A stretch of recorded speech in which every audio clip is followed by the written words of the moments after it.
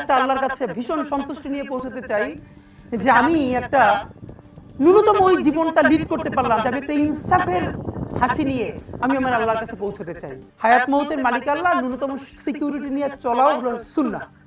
কিন্তু আমাদের লড়াইটা হলো, আমার মা স্বাভাবিকভাবে কান্নাকাটি করেন, আমার পরিবার সবাই। তো আমি আমার মাকে বলেছি যে দেখো, মানে আমরা যে লড়াই নেমেছি, আমার একটা মনে হয় কি কোনো রাজনীতিবিদের না বাসায় মৃত্যুটা হইতে পারে না, এটা কোনো ভালো মৃত্যু না। যিনি রাজনীতি করেন, যিনি লড়াই করেন, যিনি বিপ্লবী, যিনি সংগ্রামী, তার মৃত্যুটা হবে একটা সংগ্রামের মধ্য দিয়ে, একটা রাজপথে, একটা গ্লোরির মৃত্যু।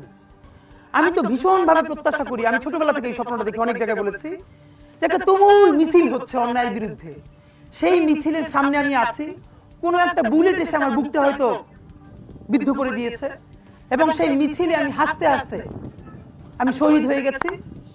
এবং সবাই যখন মৃত্যুটাকে ভীষণ ভয় পায়, আমি তখন হাসতে হাসতে আল্লাহর কাছে ভীষণ সন্তুষ্টি নিয়ে পৌঁছতে চাই যে আমি একটা ন্যূনতম ওই জীবনটা লিড করতে পারলাম, যে আমি একটা ইনসাফের হাসি নিয়ে আমি আমার আল্লাহর কাছে পৌঁছতে চাই।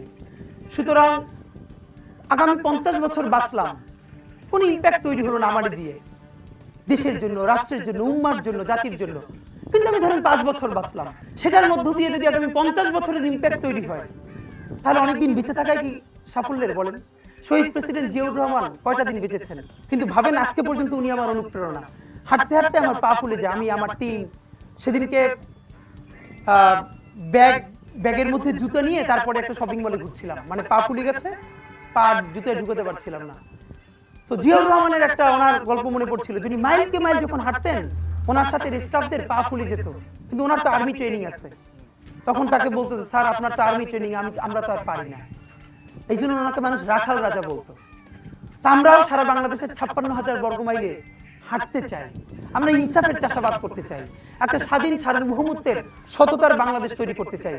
আল্লাহ যে কয়দিন হায়াতে রাখবেন এই লড়াইটা করব। যেদিন নিয়ে যাবেন আমি স্বপ্ন দেখে যেতে চাই, আমি আমাদের এমন টিম, আমি আমার সন্তানকে রেখে যেতে চাই, আমার মৃত্যুর পরে যেন এই লড়াই বন্ধ না হয়।